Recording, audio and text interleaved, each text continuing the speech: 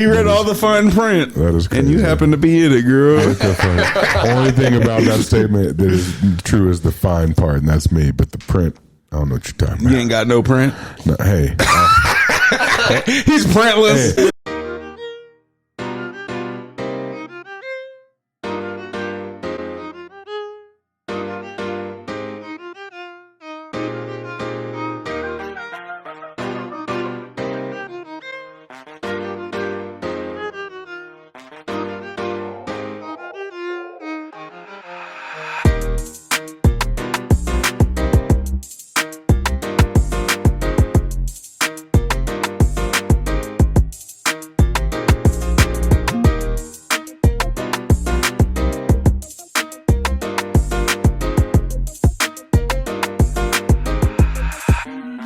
Warning, the contents of this podcast are informational in nature, and neither Chang, nor Johnny, nor I, nor Random Realness is engaged in the provision of legal, tax, or any other advice. You should seek your own advice from professional advisors, including lawyers and accountants, regarding the legal, tax, and financial implications of any financial decision you contemplate. Additionally, the information shared on this podcast is not intended to be a substitution for diagnosis, treatment, or informed professional advice. You should not take any action or avoid taking any action without consulting with a qualified mental health professional. Welcome to Random Realness, episode 23. It's my dumbass friend, Johnny B over here. 23, Michael Jordan, baby. That's my motherfucking cousin, J. White over here. How y'all boys doing? Doing good. Episode 20. How are you doing? Oh, look at, before I can even, you my dog. Hey, first off, don't be disrespectful, nigga. I got you, nigga. We got a guest, a special guest in the house. We got a guest on the childhood show, friend. Some of y'all might know him as Mr. Edwards. Yeah. Some of y'all might know him as Matt. Yeah. What do you know him as? E-Lyrical. E-Lyrical. My boy E-Lyrical. How you doing, Matt? I'm doing just fine. Yeah. All those names ring a nice bell. Yeah, good old E-Lyrical. Took you back, huh? Yeah. He said a little bit. We'd love to sort of go back to, yeah. Yeah. You used to spit that hot fire. Not really. I think I thought I would, but it kind of... It didn't come off like that. Well, I didn't really try. He said it was just... He said, looking back at that, I should have wrote some shit down, but these were mostly freestyles. Yeah, you know what I'm saying? But you've always been creative type, you know? Yeah, I think the lyrical thing, which was kind of like a joke between friends at the time, actually sort of inspired my only tattoo. Okay. I just got an E on my shoulder. That's fire. I thought it was the beginning of something, right? Like lyrical. Like this is like the creative. Yeah, part of you me. about to start going crazy. I've got to retire from sports as like a 5'7", 135-pound guy. Yeah. And so I've got to start the creative part of me, and then I put an E on my arm, and I haven't tattooed anything in the last 22 years. Okay. That's the only one you got. I started there, and he ended there. I think I think I have another idea for a tattoo, but I had the discipline to. I tell every kid I have who's like, I wanted this as a tattoo. I was like, well, put it on a T-shirt first. And if you get bored of that T-shirt in a year, then don't get a tattoo. You know, That's a good ass thought. Try it out. Random. Nope. But they're hating on us. We're on another road. Y'all are fucking up. Goddamn, it is too. Give him a round of applause. This is my dog. Shout out to E-Lyrical dropping knowledge, boy. Man. That's smart as fuck. Hey, speaking about our guest here, Matt, aka Mr. Edwards, dropping knowledge. Some of it may be knowledge, some of it may be, I don't know, I haven't read them, some of it may be just be entertainment, but I do know one thing, and this man is an author. And Published author. He's a published author. As y'all see. These two books, one of them is called Ways and Truths and Lives, and one is called Icarus Flew Around Never Here. flew Never around flew around here. Yeah, so I can't, damn. That's a key I word. need glad, Hold on, bro. Hey, we're joking right I'm now, all right, but these are I'm good. prescription, right? I'm good. Yeah, hell yeah. First time. I'm good. Oh no! Oh, Here, hump. Give him back. Hurry. bro,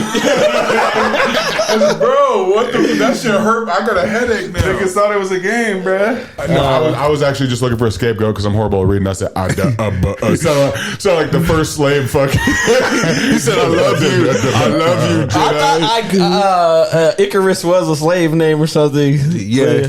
You didn't know that book's about you growing up? It's not. It's not. I went to a book reading. I have not finished it. Okay, hey, But I went to a book reading where he read like pieces of it, and I'm not gonna lie, I was like, "This is dope." And when you look at you, and then thinking of how you write, it's not who you would expect. No. But I know you and the What's that cool, supposed to mean? like, cause like, He said, "Say it with your chest, bitch." like you look like a school teacher, like you said, Whoa, like the nigga, kids. I think you look like maybe like half pimp and like half like I don't know, like professional polo player. I don't know what these niggas are talking about. You look like a published author to me. Yeah, My dog. Chambers got Keep it up, boy. Keep it up. Yeah. My G. Exactly. He's got I that. know Pussy like ass how fucker. talented you are, and know how like your drive, like you said, you played in that school game, and the students didn't know that you were built like that. But after they watched you get after it, they were like, "Damn, What up, Mr. E? Yeah. They stopped calling him Mr. Edwards, call him Mr. E. Yeah. What up, Mr. Lyrical? So like, I want that That's nickname, fire. actually. You gotta drop a freestyle on them when you're in Just school, mid bro. class one day, be like, "Look, I want my fucking respect. I'm about to drop some bars. If you fuck with it, let me know. If not, fuck out my class and just kick one." I think I have like an Eminem verse like ready to go just in case. So Tucked off. yeah, just Okay. maybe. Ducked Okay. off in the Pull up. season. Okay. We'll see if you can tug it out of me. But to your point, yeah, like I would hope that like people like. I guess the content is surprising regardless of how you see me. But yeah, the kids don't know that that's coming, I guess. And, Right. And what's funny is like I played in this staff versus like I think it was mostly seniors, but it was like high school basketball player game. Oh, like senior kids. I was Co-ed. like, old ass niggas. Yeah, so I was like supposed to be like a competitive game. And I had this kid come up to me afterwards and go, "Why'd you fall down so much?" I go, "That's what a 40-year-old looks like when he's working hard." yeah. That's what it is. So Right. they just Fucking don't get yeah. it. They don't get it. And we tied them or whatever, which is like a lame final score. But like the young kids don't play the right way, and the old guys do, and gals do, and we just play the right game of basketball, and we're all out of breath and Tired as hell. tired as hell, and our knees hurt. And everything. Still got ice packs waiting for us after the game. But like the big insult is like that the game was even close. Like Right. they don't understand. Like if you just like play together, play it like. Everybody wants to do all the teachers Yeah. dirty, right? yeah. I want to be that kid that made Mr. Jones fall. Yeah, so Yeah. everyone's trying to They- be the star athlete. They're not even playing like a team. They take turns doing ISO and they suck at it. And yeah. Yeah. So, real quick, what are your books about? Yeah. So, Ways and Choosing Lives. I actually started writing back in like 2012, 2013 when I was coaching football. Okay. And I realized like, hey, I got some stuff in my brain that I'd like to get out. And I'd go home after actually doing summer practice. Like, so it was like a half day and I'd go home and write. It's basically about a guy named James who is like a 29-year-old scared to death to turn 30 and like life gets real. Like I have to become a real adult. Right. And he's the type of person which stereotypically a lot of young males are, which they don't want to admit that they are their own problem. They want to blame like external sources, like this is why I haven't arrived yet, and you know, blaming It's other things. everybody else's fault. It's everybody else's fault. So that's what I tried to like. I didn't want like his like ethnicity to like play a big part in the novel, but I kind of researched Irish names, and Dall, D-A-L-L, actually means blind. Okay. And coincidentally it also means wisdom, but I chose like kind of the blind side to be like his last name because he's just like numb to truth. So the book kind of like opens up with him at a church service, and he was raised like in a Christian church, but he doesn't believe anymore, but he has this instinct to go to church all this time, but he goes to a different church every Sunday because he doesn't want anyone to get to know him, because he doesn't want to like be that guy, like has to like belong.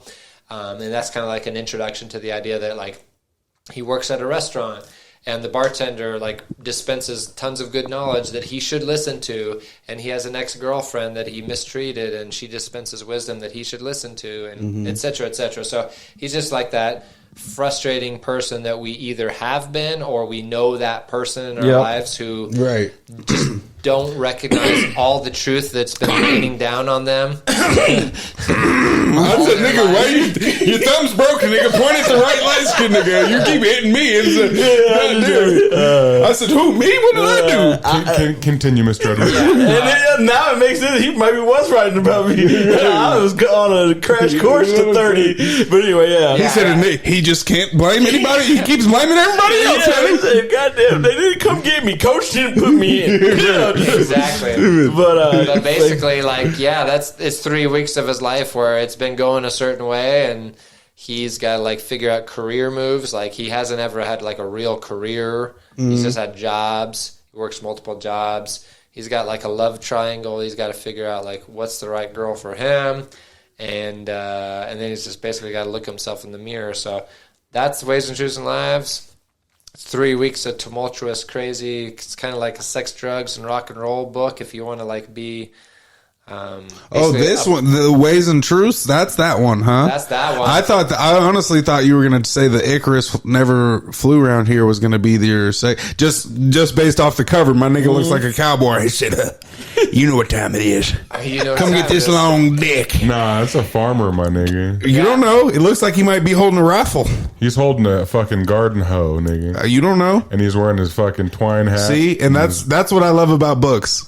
Your imagination, you're a bitch ass farmer. Mine, I'm an outlaw. Yeah. You're a hoe, nigga. That's all. Continue about it though. Sorry, no, nigga. I'm out here fucking feeding the crops and making food to make thick bitches. Yeah. So we could have Atlanta strip clubs. Stupid. Okay. He said Magic City, nigga. Can't stand him. So Icarus never flew around here. What's that one about? This one is, I think Johnny's a little bit closer to the truth on this one, but if anyone has ever driven between Bend and Burns, Oregon, so it's like if you're traveling through Oregon on Highway 20, different way to go to the coast, there's just this desolate desert that it feels lonely as hell. Mm-hmm. And a long time ago, back probably 20 plus years ago, I was just driving through there and I thought, it seems like no human has ever touched this landscape ever because it just feels that lonely. You don't see a car for a half hour. And so I programmed in my brain back then, I need to put a character there one day. And that was when I was barely starting to think creatively. And so after I started teaching a certain curriculum, it kind of made me think oh, wow, I now have the character to put out there. So Dale is basically a guy who is just totally rural, totally, uneducated past whatever a rural Oregon high school would give you. And he starts thinking in his mid-50s, what does this life all add up to? What's the meaning of all this? It doesn't seem like it's adding up to anything. And these are big questions, but he doesn't have, the traditional education to tackle these things. And so he's all alone. Just he and his wife live on this isolated property. So he starts talking to the horizon. And every day while he's working, he just starts asking these big questions. Predictably, if you ask the horizon questions, it's not going to give you the answers you want. Mm-hmm. And so he starts taking things into his own hands, and it kind of turns into a psychological thriller after that, where he kind of descends into madness. He said, read it if you want the rest, nigga. Yeah. It's got a little bit of what Chambers wants in a book. Yeah. A little bit. Yeah. Not as much sex, but a little bit. So I'm not going to be reading about no back shots. So is it Brokeback Mountain-ish? Because he'll buy a copy right now. He was actually going to see if you were going to make a movie about it because he wants the lead role. Yeah, I hope this turns Chamber. He was the extra stunt ass in Brokeback Mountain, right? Chamber's body can only physically do the splits if there's a dick underneath it. He creates a magical power, yeah. He can only physically do the splits. I did not create any guy-on-guy scenes for you, sorry. You can practice on some guy-on-woman scenes. Johnny said, write a book about me and my lover. Name me Hickory.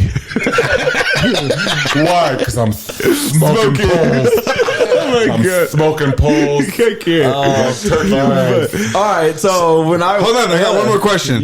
How? Because for the people listening at home or listening, not watching, correct. These aren't giant books, but they're not little books. You know what I'm saying? Correct. You can tell they're not picture books. So how many pages are these? How long of a read is this? Ways and Choosing Lives is a little over 200. Okay. It's like 3 days in his life. So most people that I've talked to that have reported back to me about their reading say they read it in 2 or 3 sittings. Like it goes pretty fast because like you just kind of want to know what happens the next day in his life. So again, depending on your like reading palette, like if most people are like, I'm a couple pages a night, this one tends to go faster than most people would assume. Mm-hmm. It's like a couple days of reading. Icarus is actually kind of, I didn't do it intentionally, but it falls within like a kind of a niche genre, which is like novella, which is kind of halfway between a short story and a novel. It's kind of hard to define. Yeah. But it's about 120 pages of actual text. Okay. And so it's a quicker read, but ironically, I expected people to kind of take more time with it because it's told non-linear. It's out of order. You kind of have to piece it together. So in my mind, when I was constructing it, I was hoping people would read a couple pages or a couple chapters a night. They're short vignettes, so like short chapters, and that you'd kind of sit on it for a night and then like want to come back to it. You can't say shit like that. Johnny gets excited. When I say vignette? No, you're going to sit on it for a night. Come back to it. I was going to say, this nigga's tripping. When he did say vignette, I said, what? I said, Hold on, say that again. I said, what's is a vignette like a baguette? He said, did you say beignets? I thought the key word was hickory. Yeah, smoke dog hickory over here. No doubt. Well, That's awesome. All jokes aside, I'm personally looking forward to reading them. I would love to read those. If you got a copy, I want to buy the Ways and the Truths and Lives because that's more of my alley. I need to be, popping and live. Pop, locking. Every time I would read a regular book, like, my favorite growing up was like The Outsiders because shit was up and stuck. Yeah. So it was like shit like that would keep me going. That shit made me want to get a butterfly knife for a switchblade. I was running for an audiobook, right? I was looking, I was like, audiobook, because if it was an audiobook, I would have consumed it this week because I just listened to that much audio. Anytime I start reading, I start going, bam. Doesn't matter what it is. I start falling asleep. Damn. That's I don't 40. know. Because I'm sitting. 40. Right? Like I don't sit much unless it's like at the end of the night when I'm going What time of day are you reading? like at work. You know what I mean? Like even then you feel sleepy? No, because I'm at work and I'm like, no, I can't sleep on the job. When does but the like sleepy thing come into effect? It's when I'm in like doing like a like Inside your relax. house. Like I'm relaxed. Like if I'm reading for pleasure, Enjoyment, yeah. How I'm far do you completely- get before you get sleepy? probably about 4 pages. Okay. Well, that's okay because, there's a couple things there. One, I don't have these as ebooks yet because they like cost more money to get like the actors to read the book and all that kind of jazz. I think your voice would be perfect for you to do it. Okay. Hire this nigga to do it. Hire him to do it. Johnny wants to do Ways and Choosing Lives. I will do Ways and Choosing Lives, but also got a I good want voice. you. That's what I was. Thank That's you. what I said. He's got a good voice. I want good you to keep voice. it real with the whole group, J. Dot. This nigga's tired all the time because he has an opiate addiction. I caught this nigga smoking an oxy before we started. What are you talking about? Stupid. He's just nodding off, holding his baby. But to that point, like the whole I think that's okay. Like most people avoid. Well, there's a whole lot of things to say here, but basically, we're like reading. The reason it's tiring is actually the evidence that it's good. Like because we can, if you've ever noticed, like you've been dog shit tired. And you sit in front of the TV and you can watch an hour-long episode. Yeah. And it's because like the lights and like all the stimuli and like flashing quick stuff keeps you awake. It's bad for you. Yeah. So like if you only read 4 pages a night, that's technically good. Kind of a good like thing, that's yeah. like your body saying like I'm tired. And it's not that the reading has put you to sleep, like it's a negative on reading. That's how like kids and people associate it. Mm-hmm. Like, the reading is boring, so it put me to sleep. That must be. It's just that it actually takes brain work. And so if you don't have brain power left to read at the end of the night, that just means you worked a full day already. And that's okay. I have a hard time reading at night too, and I'm an English teacher, I'm a writer, I'm a reader. I want to read as many books as possible in my whole life, and I barely read shit at night because I'm tired as hell. Yeah. And so it's okay. Like, luckily right now I'm also taking my master's in creative writing, so I'm trying, not always, but I'm trying to wake up at 4:30 every morning to get doing my schoolwork before I go teach school. Yeah. And I read a lot of times in that time frame, and I find that that's like a better, if I can get myself up, that's a better time to read because I'm captive audience. I got the coffee going. It's like letting me know like the day is going to start. And especially now that the sun's coming up, it's like, oh, it's actually daytime instead of like pitch black night. But I would say to people who fall asleep reading, if they're using that as a sign that they should stop reading, that's not true. Just switch it up. Chip away at it. I can't blame others for, you know what I mean? That's my problem. Right. But like as a book producer, why does it cost to do an audiobook? Say you want to do it yourself. What is it, just the time that it costs, or they actually charge you more to then publish your audiobook? Well, I'm not self-published, so I don't know how cheap and easy it is to do by yourself if you're willing to. I did have a colleague who did it by himself. He published through my same publisher, and that's how I met him. But he did the audio part himself, and he just had to get like the right equipment, and you know, he had to read it enough times to get without mistake for every chapter, and then someone mixed it, and so. I mean, just whatever you're doing, there's like some legwork to it. Yeah. But if I'm going through my publisher and kind of going the professional route, it's a couple $1,000s is what I've been quoted per. Yeah. Like they basically just go off page count, and then they also do an audition for actors, and so they have people read samples, and then you would select what sounds good and based on their price, because this is not like a flat rate. It's like if you accidentally pick the guy who's actually pretty legit and he's got a higher like rate, then you might get stuck with it, So I've listened to audiobooks and some of them just sound mundane. I just want the content in it. I don't really care about the voice, so how it comes out. Even if you just cram that through like a AI machine or something, that would be those people legit, but wasted their money apparently because they probably thought meticulously about what voice they wanted. Especially if you're like listening to a book that's like at all famous or like well produced. They definitely spent time, energy, and money on that, or at least their publishing company did.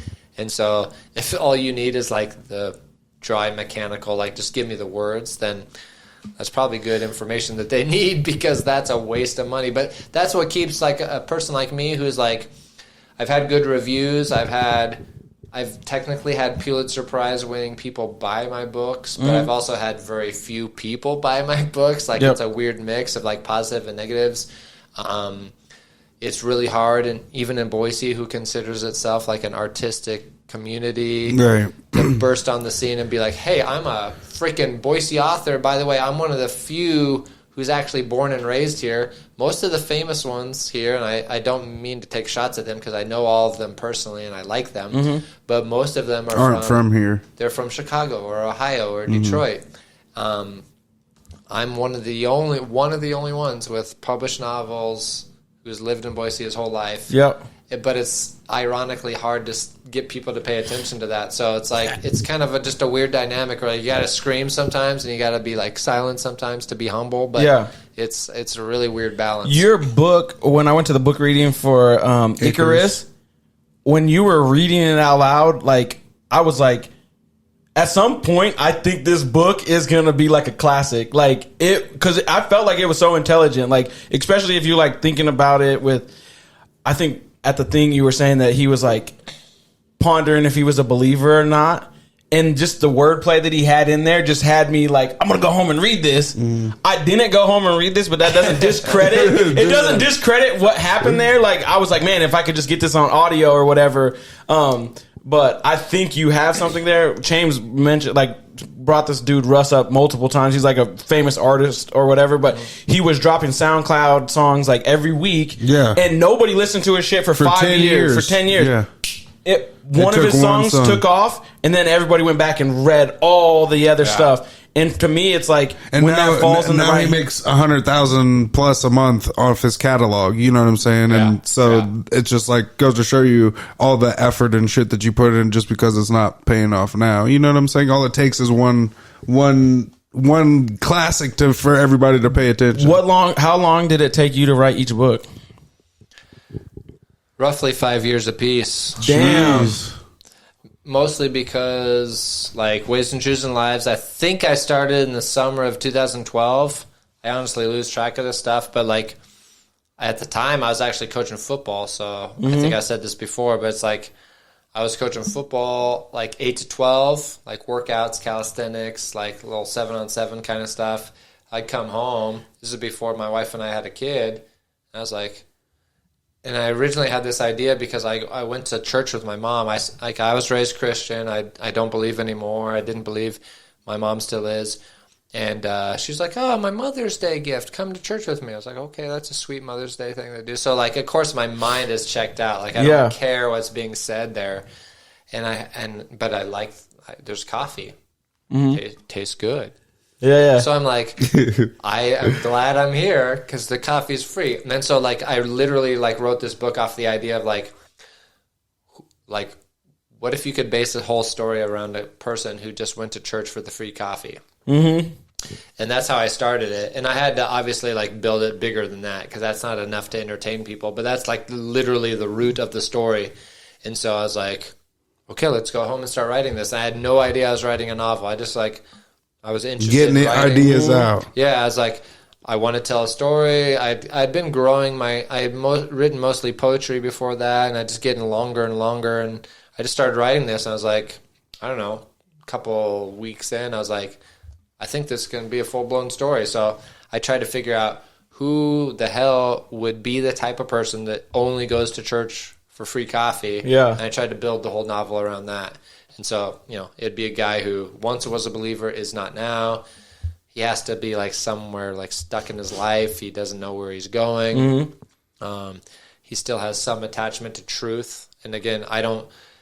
my mom, who's a believer, still hasn't read this book because she thinks it'll offend her about her Christianity. Yeah. But it doesn't diss, like, Christian faith at all, really. It just shows that, like, for that character, it's not the solution to his problems. Yeah. And I have 3 chapters where it's Sunday, where he's in church, and I literally tried to, like, recapture pastors that I had sat in on, and I tried to, like, deliver them as authentically as possible. There's no, like, shade being thrown. Mm-hmm. It's just that for him, it doesn't add up to, like, the solution for his life. And so, yeah, so that's the kind of thing, like, that book took, like, 5 years of writing. Icarus, it's hard to, like, map because that's the crazy thing is, like, Ways and Choosing Lives.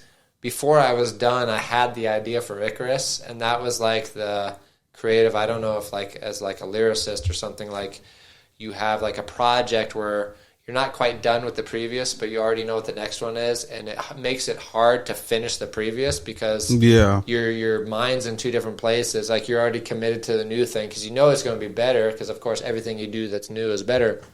And so that made it a struggle, honestly, to finish Ways and Choosing Lives because I already had this, like, game planned.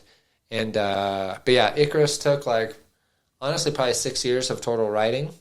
It's shorter, but it took longer, partly because I think I learned a lot and I was, like, more meticulous about, like, what it had to be and, like, the structure and who is the influence and how it had to go. It's cool because you said Icarus is, like, kind of, like, jumps around, time frame wise, so you have to, like, piece it together. Yeah. But it's cool to see, because the first book wasn't like that. Second one's like that. So it's like to see that growth, even just from, I get it's 5-6 years, but between 2 projects, it's just cool to be like, oh, damn. He doesn't just write every book the same. And he said, I'm working on my master's. Mm-hmm. Then you run Boston Marathon? I've run Boston and Marathon. You're a teacher? And you're a teacher. Like, what have you not done? But you probably got a wife, huh? Caught him like he said, "Yep, that dude caught me." Shit. I do have a beautiful, lovely, talented wife. Yeah. There you go. So I guess I like the way he described your wife just then. Oh, man. yeah. That's awesome. He ain't a dummy. She's great. That's why I'm here tonight. Yep. Yeah. Oh. Little the beer's pouring. Oh shit. Oh, that's sweet. We'll be all right. So, gosh, when did you start becoming a runner? Because I knew you as a hooper. Yeah, you knew me as a hooper. I became a runner, honestly, because of my wife and her father. She be killing the run-ins?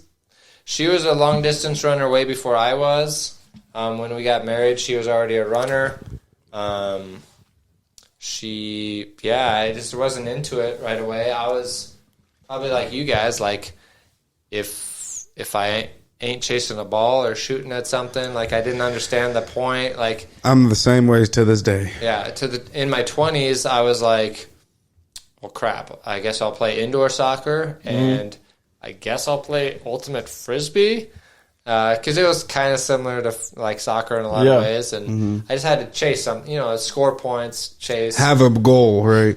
And so when my wife would ask me to like let's go for a run, I would be like, "How far are you going?" She'd be like, "I don't know, I'm just going 7." I go, "Okay, I'll go 2.5 out. I'll stop and wait. You come back, and I'll run back with you." So I do like 5 is like my maximum, and it's just crazy how like your mental viewpoint can shift. I didn't like running. It just wasn't fun. I couldn't see the point. And now you enjoy it? Yeah, because like the trick is being a competitor. If you're a competitor at any phase in your life, and so that's like where this stuff can be metaphorical. I use it with my students because like I know very few of them are going to fucking run a marathon. So that metaphor is stupid. Like, okay, guys, are you ready to run a marathon? Okay, do your mileage. And, that's all wasted energy, of course. So, like, metaphorically, though, it's just like whatever challenge you're taking, just realize that, like, a lot of the things that you think are either not of interest or not worth your time can be. And so, like, as a competitor, okay, babe, want to do a race together? Okay, let's do a 5K. Let's do a 10K. I did a couple of those short races where without training I could still show up and do okay. Yeah. And, I'd run them. And I wish that the people that passed me didn't pass me. I was like, fuck that. Yeah, just being the competitor. I don't want that. There's like a 13-year-old one time that was trying to hang with me. I was like, fuck that. But it's like that's how I caught running too. Like somebody was like, I'll do your workouts, because I would just go to the school rec center and I would run stairs. And so I'd run them for 30 minutes. I sprint up them, walk down, sprint up them, because I just love stairs. I don't know why. It's always like the fight of the climb. And or I'd be shooting for an hour straight. So I'd shoot, run to my ball. As soon as I got my ball, I could dribble back out. And I'm taking people to do these workouts, and they're like, this is a lot, but you need to do what I need to do. And then they put me on the treadmill, and it was completely different. Walk, jog, sprint. So 1 minute, 1 minute, 1 minute. I did it that one time, and then I just built on that and started fucking started to be able to go a mile. Then the same thing, like you said, like then it goes to 2 miles. Then I'm like, oh, let me bust a 5K. And after I hit the 5K, I got crazy, like into it enough to where I ran a half marathon. Just like one August morning, I was taking a shower and I was like, you know what, I'm gonna go try to run a half marathon. Damn straight. And that was I see you, boy. Well, that's what I like about running is, like, first of all, running, people don't want to acknowledge this truth because everyone says, I fucking hate running. But bipeds, all of us in the room, are actually meant for it. Like, humans in our early stage used to be able to corral animals, quadrupeds, because we could, like, actually out-endure them. So, like a deer or something like that, we could hunt them. Because you could run longer. Not faster, but farther. Right. And so actually, like, long-distance running is in the nature of every single human. And people want to fight that shit. I'm an alien, though, so it's not in me. Of course. I don't got no run in me. I've been uncomfortable the whole time we've been talking about long distance running. The only am I sweating? The only time Johnny runs is when his boyfriend's giving him back shots. Speaking of shots, do we want to take shots? Shout out our sponsor. We back in here. Shout out to our sponsor. I'm gonna turn this bottle around because I don't want y'all seeing the label. This is a very nice bottle right here. We got us some delectable gold deliciousness. Get your shot, ho. Shout out to our sponsor, Mr. Colin Lano. Call Colin. Hey, for all your insurance needs, whether you're here, whether you're in Utah, Washington, whatever, it doesn't matter. If you need some insurance, call Colin because he got you covered. That's real talk. All right, y'all. This commercial is brought to you by our sponsor, Lano Insurance, with our boy Colin Lano. On Overland and Orchard, phone number 208-639-0412. For you slow listeners, once One again, more time. 208-639-0412. Yep. Fucking intense. And he's not only in Idaho, he insures everything in Oregon, Utah, Montana, and Idaho as well, like I just said. So make sure you tap in with Colin. He'll make sure to take care of you guys. That boy's everywhere. All right. Holler at your boy. Colin. It's good. Anyway, I don't know how long See, we that's want to that stay good on shit. running, Think about what actually. kind of insurance he can give you. If he can give you good shit like that, I bet the insurance policies are off the fucking hook. It's stupid. He can probably cover you on all your marathons that you No doubt. run across the nation. But to Jay's point, like the whole idea of just like putting goals out in front of you, like again, like you could just substitute it with anything. If you don't like running, sure. I do not. Again, Basketball. technically, but basketball. I mean, basketball is a little hard because you got to like wait for somebody to throw on a 3-on-3 tournament and like or a church Sunday basketball afternoon.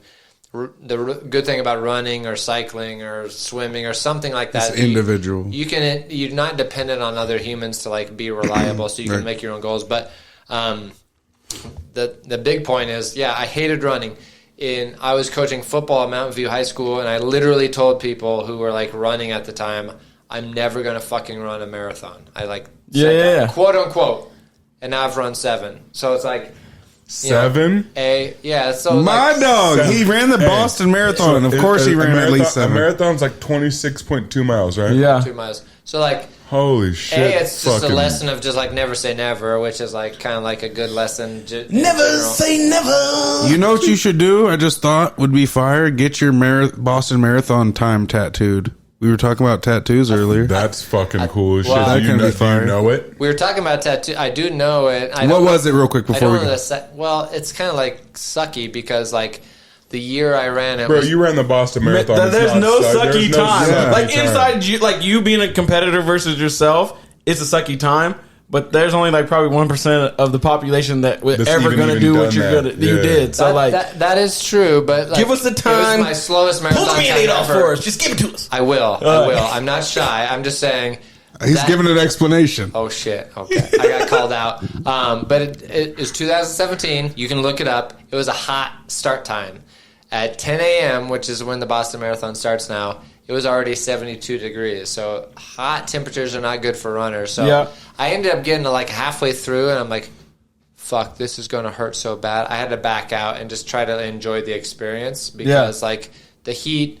People don't know. Like I read like this book on running. I won't bore you guys, but like the most interesting scientific fact is that while you're in an endurance race, you actually spend only about 30% of your energy moving forward, which most people would think that's all of running is like the muscles in your legs. Most of your body, most of your energy is actually spent regulating your body temperature. So that's why like runners want like a pretty cold day. 40 degrees, is that the 40 degrees is great. And that's why people run in the early mornings and late nights, right? That kind of stuff. Yeah. So like I don't know anything about it. you Me neither. expend Stupid. you expend so much more energy trying to like. Anyway, so that time was like 3:10 in like a couple seconds. Yeah. Whatever. That's actually my slowest. 3:10, marathon like 3 time. hours? 3 hours and 10 So minutes. For that's 26 miles. an hour nigga. 40 So that's per like, mile, No, less or than not that. per mile, but per half mile, yeah. So it's like or half marathon. You mean? It's or like, half marathon? Yeah. It's like I mean I don't know the math. The rare listener would call me out, but it's something more like 7-minute 30-second miles kind of thing. Because what I showed up to do that day was to run sub 3. Yeah. To be my first marathon to break 3 hours, which I've done in every. What was your marathon time since again? then. I'm sorry, 3 hours and what? It's like 3 hours and 10 minutes, and then like I don't know, a handful of seconds or 30 seconds. But it's like 7:30 pace probably. That's Yeah, 8:45 is what I got. But I could be.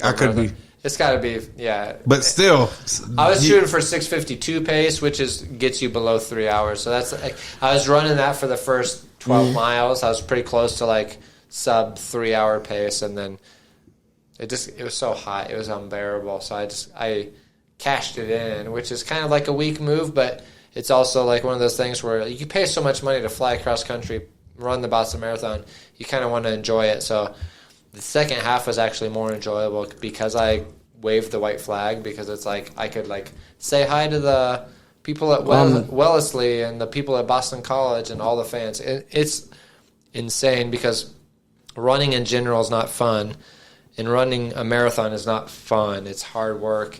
And the Boston Marathon, and I've also ran Chicago, but Chicago's downtown is so fucking pretty. It's like that water and everything. That awesome. that giant fucking mirror sculpture that they have. You know what I'm talking bean? about? It's the bean. That's what it is. I never know what it is, but I've seen multiple of my friends like take pictures by it. And I'm like, nigga, what is that? When I was working in was out there for business or whatever, I would run at like 5:30 in the morning, and I would just be going up and down the city blocks in the financial district. Mm-hmm.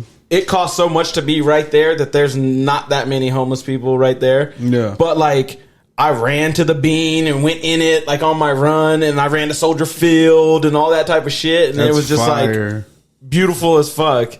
Yeah. Chicago's awesome. That's super dope. I got dropped off at like the convention center, and I'm like, I'll just walk to my hotel. I underestimated how freaking far it was and you shouldn't, like most marathoners try not to like take a step that they don't need to the day before, like just rest everything. And I was like, oh, the convention center on my Google map is pretty close to my hotel. It's a block away.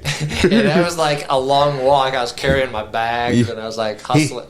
He didn't realize it was a city block. Yeah. A New York City block away. Yeah, it was pretty far. But yeah, Chicago is beautiful. I love that marathon. Again, the weather so much. Chicago, I lucked out. I got 38-degree temperature. And the wind the night before, I was looking out my hotel window, and the trees were bent over sideways, and I was like, oh, fuck. This sucks. And then, Windy City, of course you expect it, but you woke up, it was calm. It was great.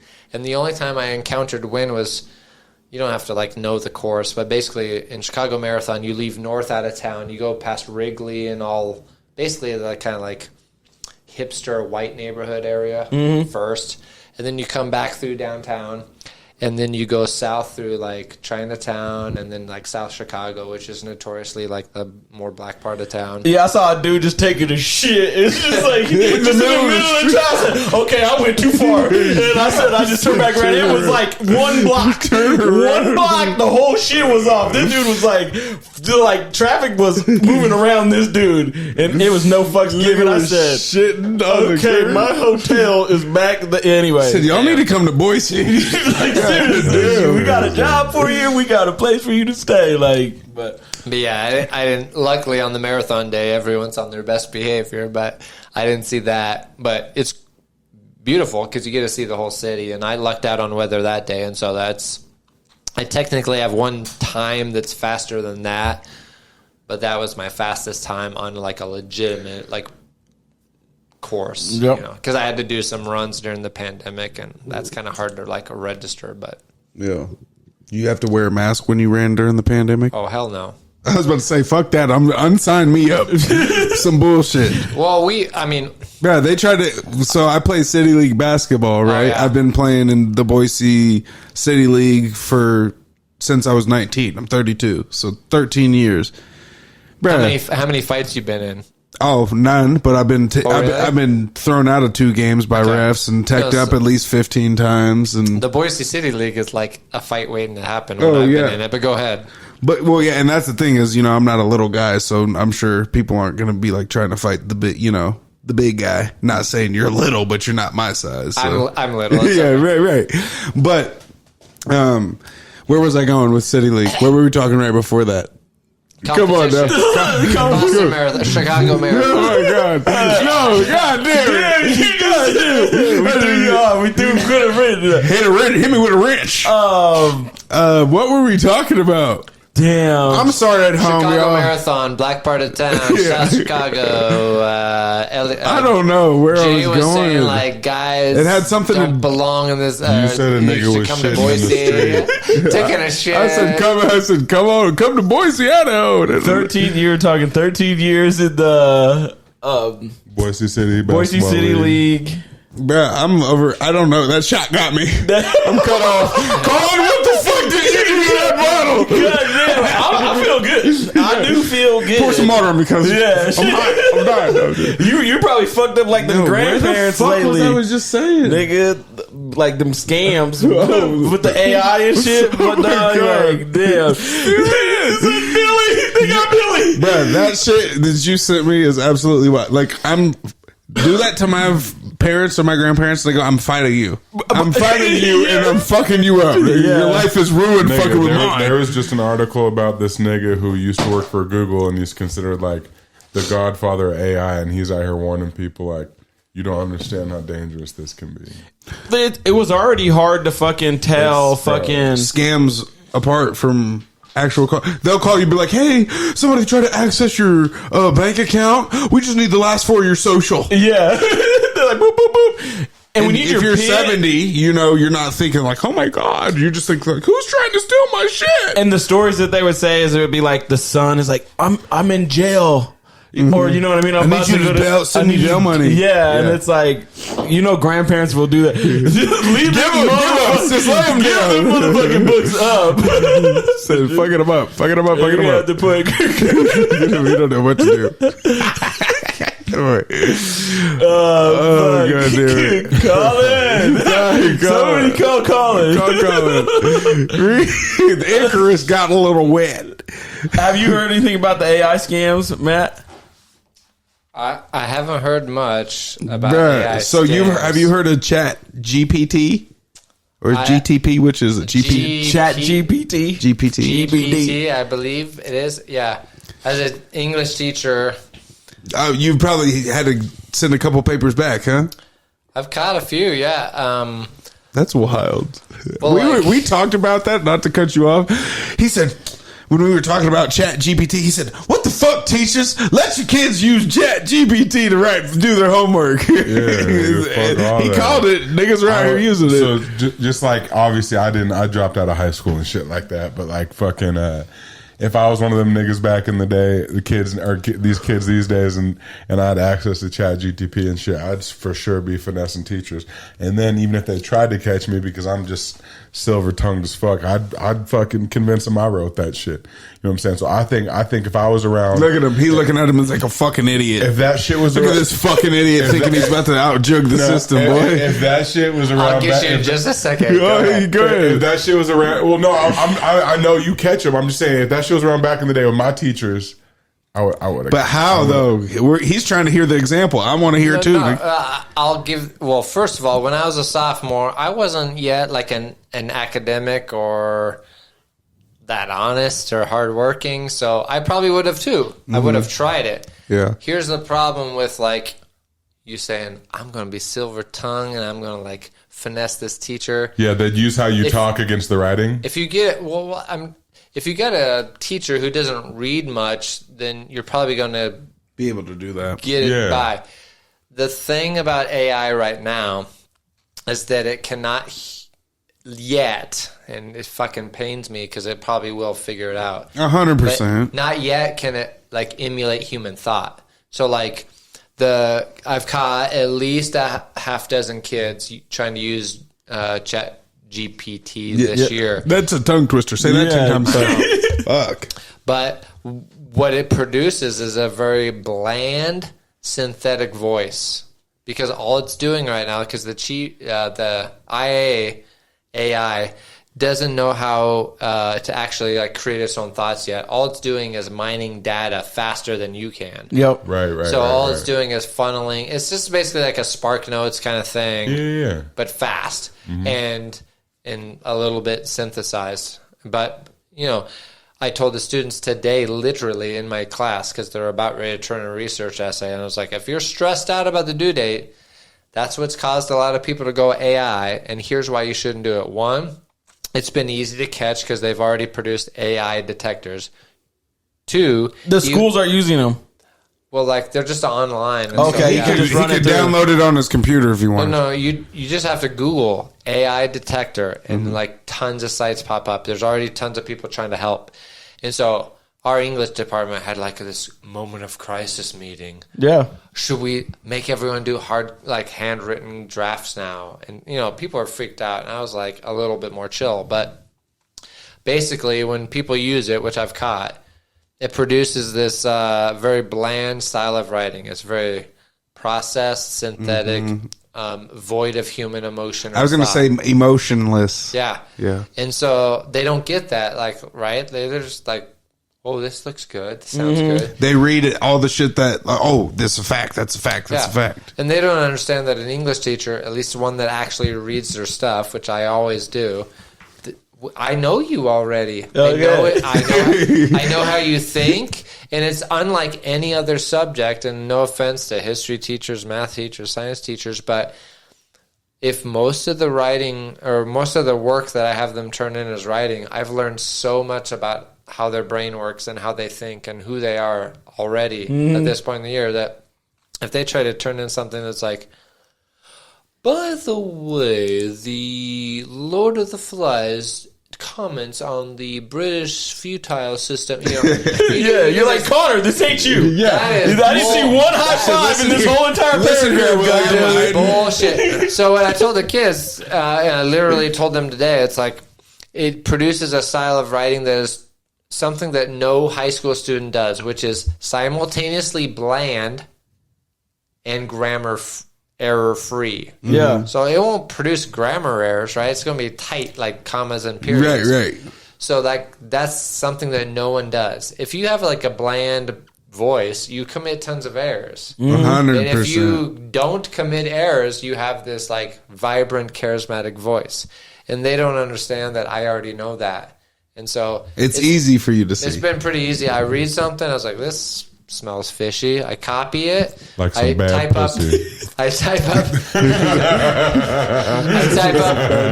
up an AI detector, which there's lots of them now, and I just paste it into the thing, and I hit, compute, and it will tell me.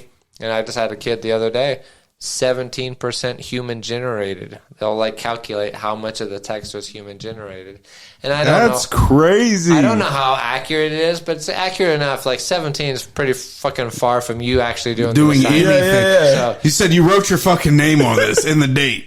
God damn. So I tell kids, I'm going to use the same software, and you write it until it says 98% human generated. And so when you take somebody that actually really did it and drop it in that that AI fucking counterfeiter thing, does it say 98% human?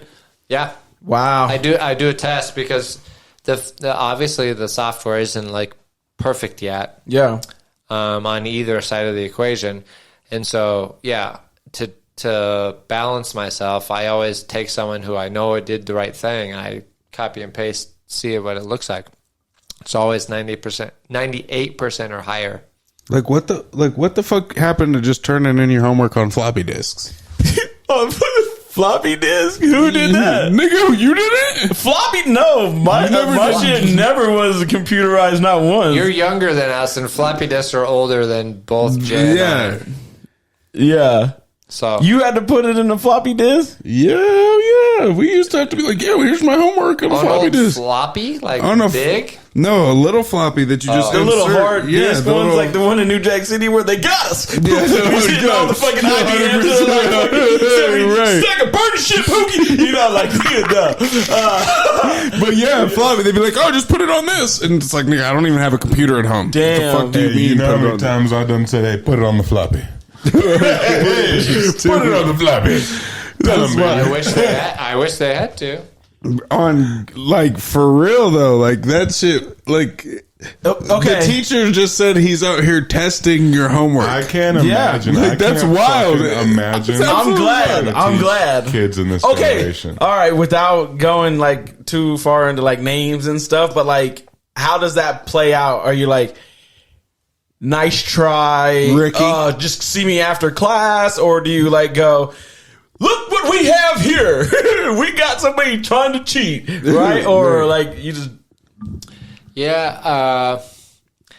This year, because it's new, it happened like halfway through. So it's like the crazy thing about being a teacher these days is like Kids are fucking idiots. Well, that's true.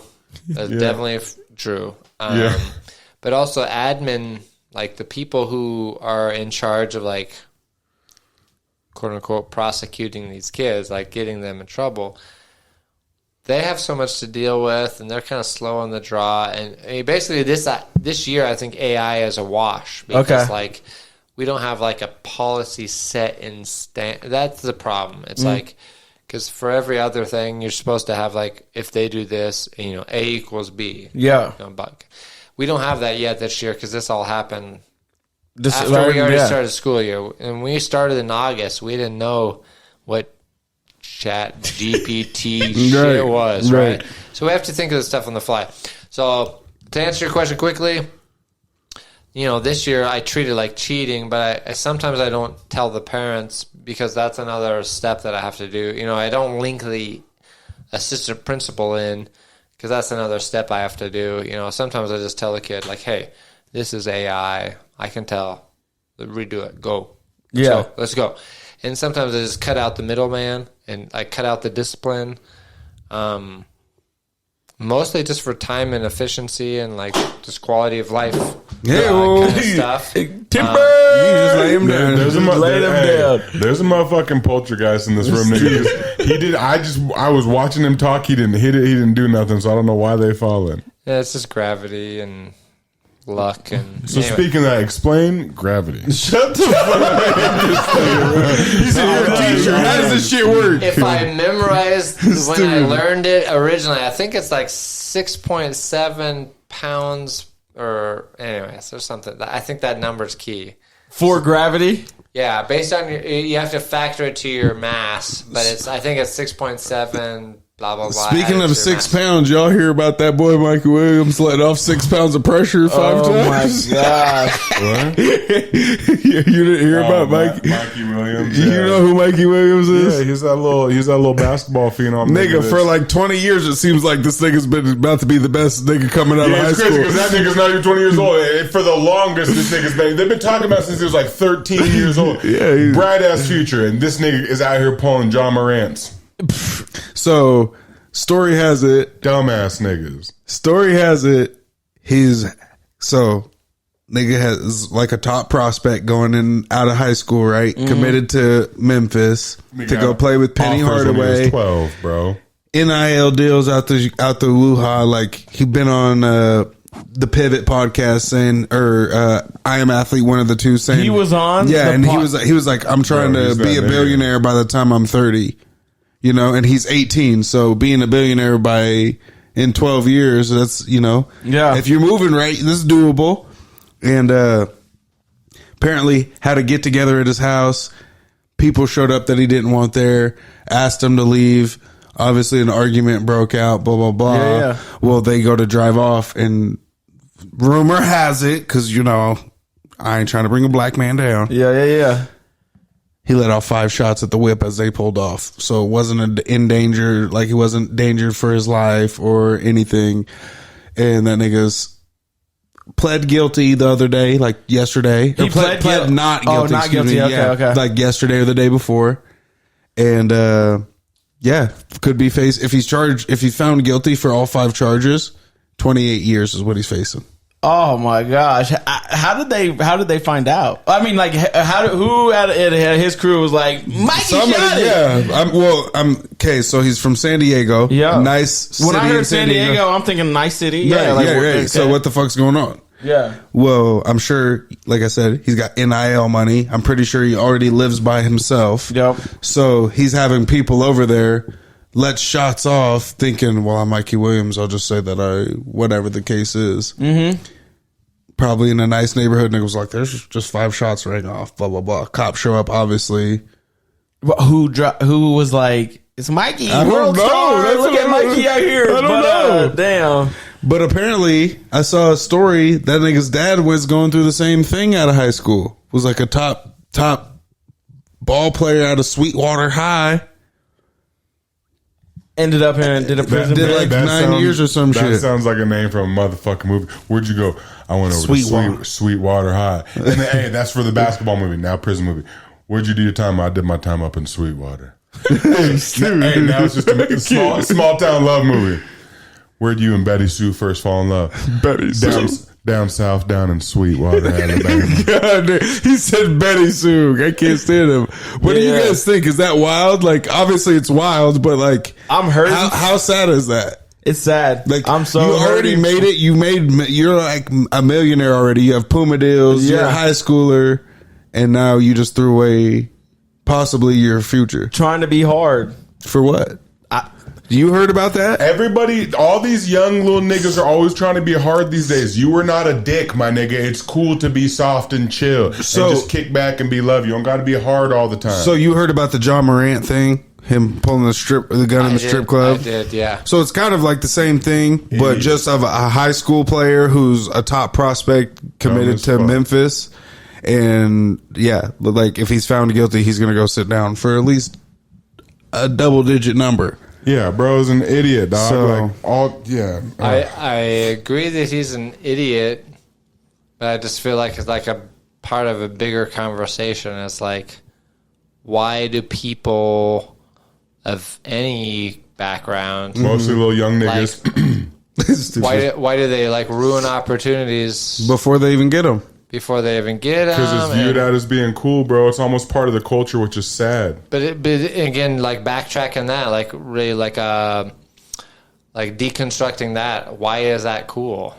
Rappers, and then just trying to like work that backwards, because like, I mean, I think that's the sad stuff. Is like a lot of times people who are in disadvantaged situations, regardless of all the variables, race, economics, whatever, geography.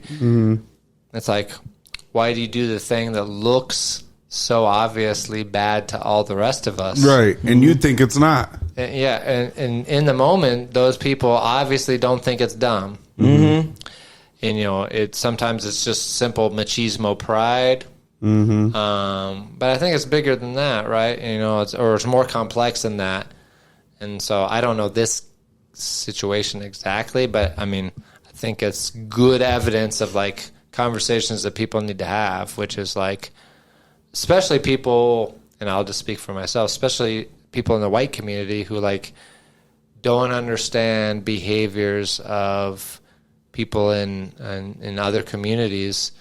And it's easy to like chastise or label or make things a black and white issue. And no pun intended there, but I mean like a binary issue. Right. Like it's a right or wrong. Right. And, people don't understand nuance.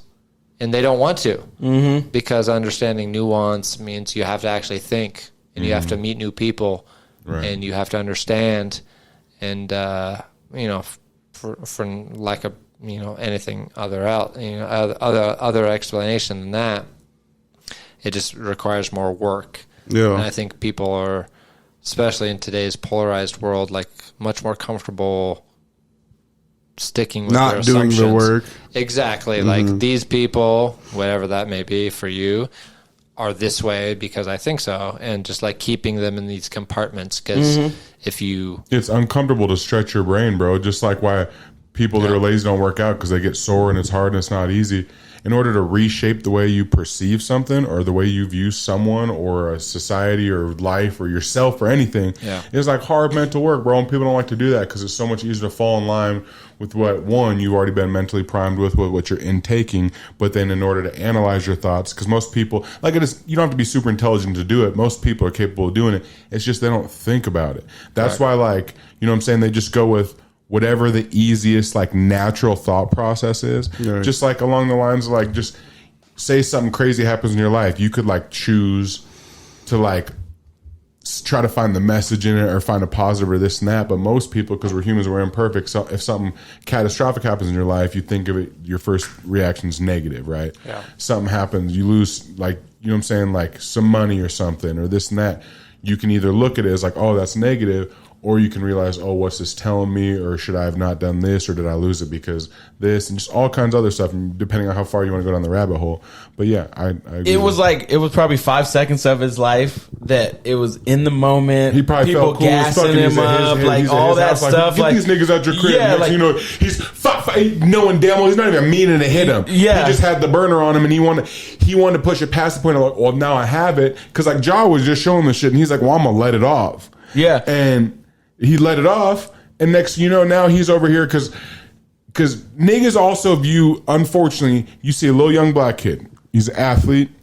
He's of athletic stature. Probably has a couple tattoos already, even though he's young. He's tatted. And he just fits this this unfortunate stereotype that we look at as like, damn, that's sad. But that generation looks like it is cool.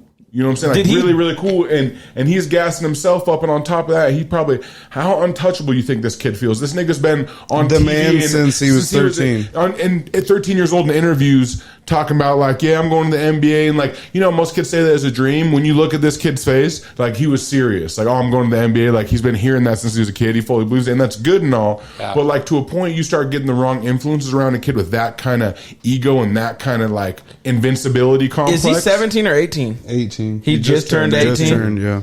Just turned 18. Legal. All them niggas gonna be fucking you in prison, nigga. You a baller, not a banger, nigga. Jesus God. Hopefully they wear protection. Hey, I don't know where this all went down. And hopefully that nigga wouldn't want to go. Speaking of, just ran this going back to the left, but we was talking about Chicago earlier. I was watching the interview of Rico Reckless, nigga, and I guess over in Chicago, the thing is, niggas in prison, nigga, they will knock you out, stone cold out, and then they will rip your drawers down and spit in your ass, nigga. Hey, look, Google it. What are you doing on your social media? Stop. You know what I mean? Like, why are you even finding out that fact? That's not, I would have been like, blip. He said, like, that's not my social media. I Googled it. Nah, nigga, it's just I was watching. It was like a DJ Vlad interview. Or something. He said, "No, that's spitting, yo." Nah, but think about that. Like it sounds hella crazy, but that's some shit they really do, because you know how it is. Like, how did you? I mean, you've been to prison because a valid nigga on an actual interview that goes on national TV isn't gonna say some shit like that, because that's not true. That sounds like a clip. It sounds like something you would be saying to be outrageous. Rico Reckless is legit. Who is Rico Reckless? I don't know who he is. I don't know. I just didn't know. I'm obviously assuming that he did 8 years in the penal system, and so that he knows that maybe him or friends that he knew were knocking fools out. Spitting in and all the things left to do. You grab that cheek, I grab that cheek. He's just a Chicago dude, but it's a real. He's saying it. He's like, no bullshit. He's like, it's a thing. Like if you get caught slipping or whatever the situation is, if you catch your fade or whatever, and you in the wrong or whatever, this and that, dudes basically just bust your cheeks open and spit. Hey, check this out. I'm not even playing. He said, hey, check this out. This nigga said multiple niggas will line up and just spin your ass, and then after that, like, you're just known as a bitch. Like, niggas are gonna take that shit if they want it. If somebody told me that they spent an afternoon spitting in dude's ass, everybody in the situation is wrong as fuck. Everybody's wrong. I'm not dapping any of these niggas up. The nigga that got his ass spit in, he was asleep. It was alone. But anybody, and then anyone that tells the story, no. You go tell that to them motherfucking. You go tell that to them niggas locked up in Chicago, nigga. That shit is fucking comedy. Spent the afternoon we spitting bullshit. Yeah, but anyway, to get back on track, it's sad, and it's something that needs to like change. Like why would you spit in an asshole? No, nigga, why would you get money and then start acting tough? You know what I'm saying? Like, why didn't you catch this charge before you had money? I'm throwing a house party and I'm a millionaire. Mm-hmm. I might just spend $1,000 to get a security team. Right. You could pay 2 people $500 to do all that stuff at your San Diego house.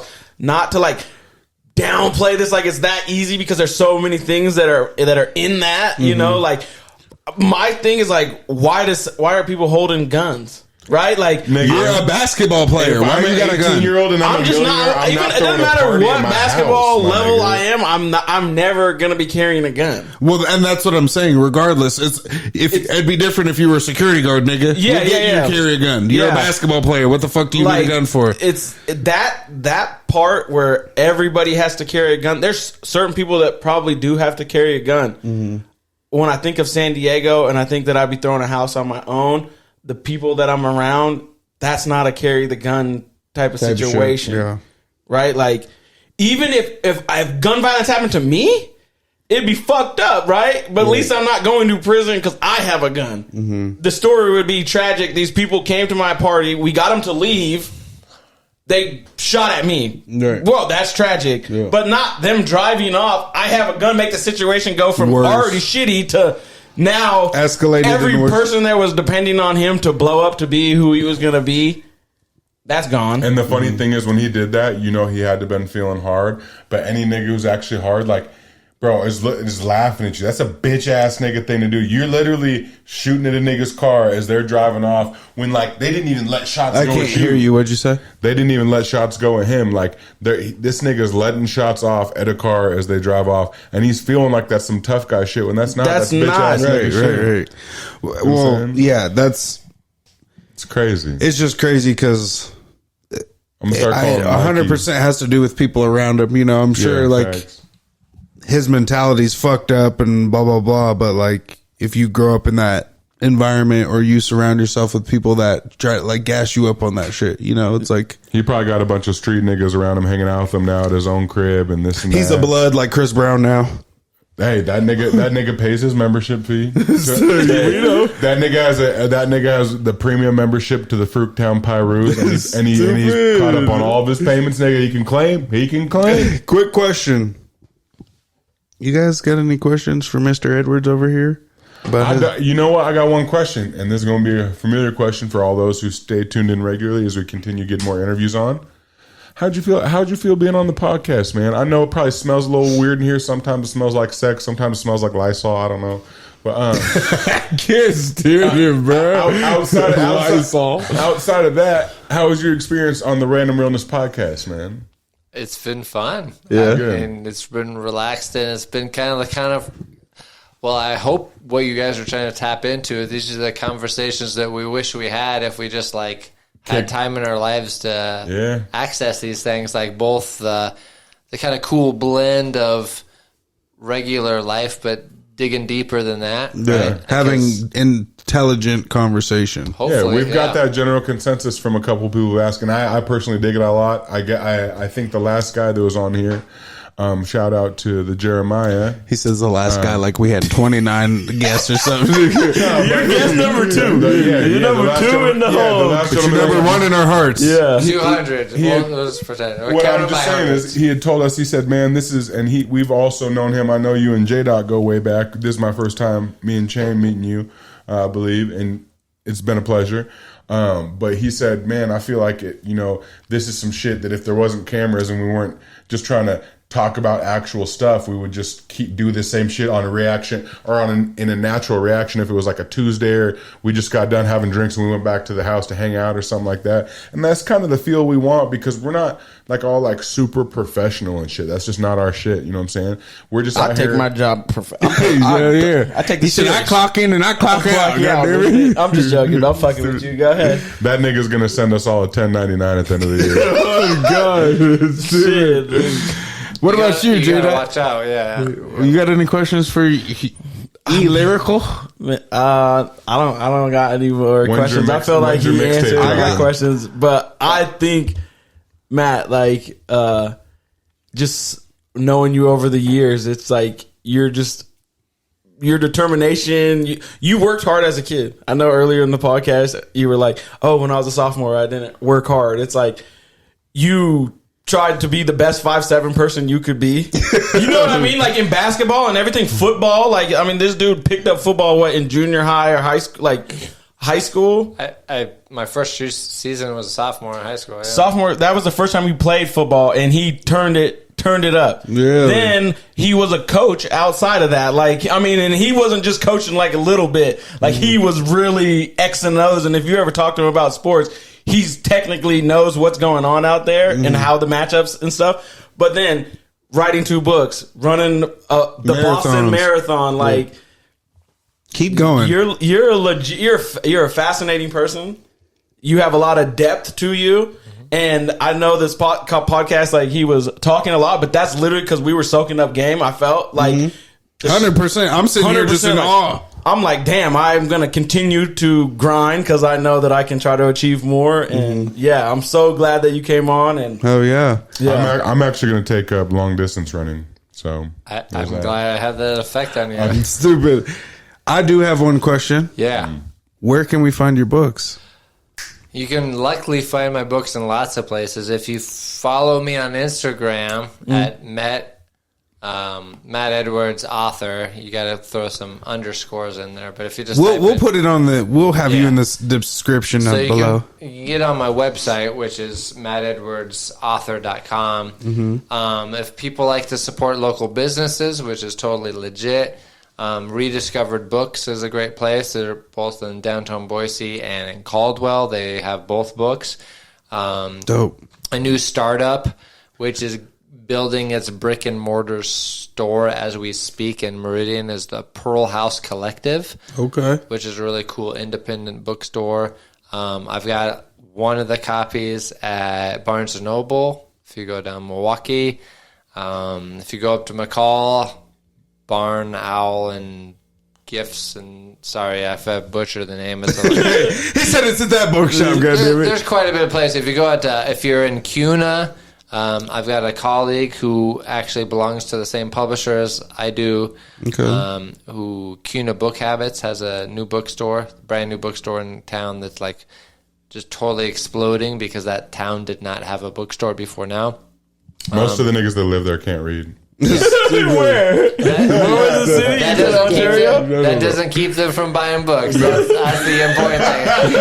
It doesn't matter if they can open up the cover, just as long as they can finalize that transaction. But there's lots of places. But yeah, the biggest things is the most common people purchasing in town who support local stuff is Rediscovered Books downtown on 8th and Idaho, and otherwise the best thing for a local artist of any kind, film, music, visual art, author, is to hit up their local websites because that way they get the most cut. So yeah, mattedwardsauthor.com. mattedwardsauthor.com. You heard of people. Go to mattedwardsauthor.com. Go get both copies of his books and read them shits. It doesn't matter if it takes you 3 nights, doesn't matter if it takes you 3 months. Just read them because I'm telling you, the man sitting across from me. Yeah, it doesn't matter if it takes you 3 months or 3 years. Finish some shit. Some good knowledge to give. If you need the audio, just call me and I'll read it to you. He said, lay down, I got you. So they'll be like, what's happening? I'm like, yeah, Matt's coming over. He's going to finish reading me a couple chapters. He said, why are you putting your 90 on? I'm going to be grilling. Oh, yeah. Grilling. Jay, are you comfortable? Okay, chapter 1. Here we go. Well, I want to say thank you for coming on the show. It's been Most dope definitely. having you. Obviously, you know, we like supporting local, like talking to our friends, interviewing our friends. This is all new to us. Yep. Second interview. So I want to thank you for that. Appreciate you helping us take the steps that we need to keep growing and, you know, keep going. Yeah. So I want to thank you. If you're watching or listening at home, I want to thank you. Make sure you tune in. This is episode 23. You know, we halfway there. Yeah. Almost halfway there on the year, boys. Yeah. So make sure you keep commenting, liking, subscribing, sharing, all that shit, because it helps us out a bunch. I'm your host, Chain. Yep. This is my dog. J. White, the Fi Guy. My other dog. It's your boy Johnny B. You know what it is. And our guest, Matt Edwards right here. Lyrical. E-Lyrical. Also known as the Euro. We appreciate y'all. Make sure you tune in next week and this week. Fuck it. Love y'all. We out.